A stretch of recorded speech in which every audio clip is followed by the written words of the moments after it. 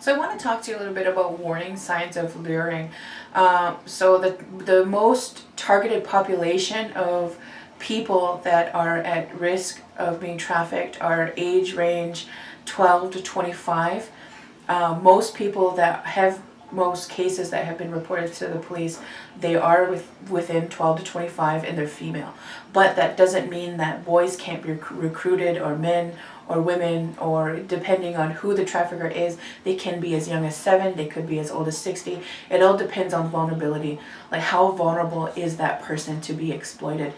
So warning signs of luring would be unexplained gifts or purses. Sometimes if you know that, school principal might notice that this child doesn't have a lunch typically, but they're walking around with expensive purses or shoes. Being isolated, not wanting to introduce their new friend or partner to their family, heavily influenced by that partner or family. Sudden changes in friends, grades are slipping, missing curfew. And I want to kind of touch on that a little bit, because people think that their family member has to go missing for them to be trafficked. They don't.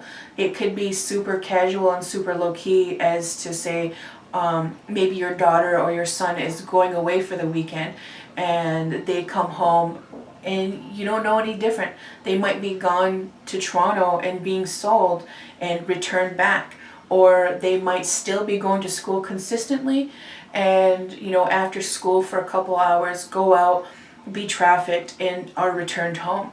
So they don't actually need to be held captive or taken anywhere or be missing. They might have a new nickname, use street lingo that you don't really understand. They might be secretive about phone activity, don't really want you to know what's going on in their life. They might be on edge or anxious. Some warning signs that they're already being trafficked are frequent relocations. So they're, might be moving from, London to St. Catharines to Niagara to Toronto and to Hamilton. So that frequent movement is also a sign that they might be trafficked. If you're asking your daughter where she is and she was in London last night, this night she's in Toronto. Neglecting health care or physical signs of abuse. Weight gain. Sometimes when you're in that situation, you don't have access to good food, so you're eating fast food in the area. Always owing people money, withdrawing from friends. Behavioral changes are kind of what is a really good indicator your child was loving, kind and happy, and now they're super aggressive, they're isolating, they don't care about what they used to care about. Signs of branding, so sometimes tattoos in visible areas, neck, chest area. Signs of control, no ID. Inconsistencies in story, they may not be forthright in what they're doing, so they might try to hide it.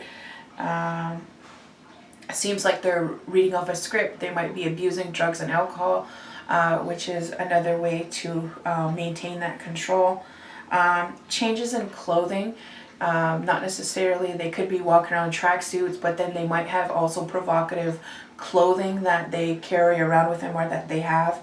Changes in personality or mood swings, change in finances, and unexplained absences. Like I said, sometimes they're gone and they don't really say where they're going, or in a couple hours they're back.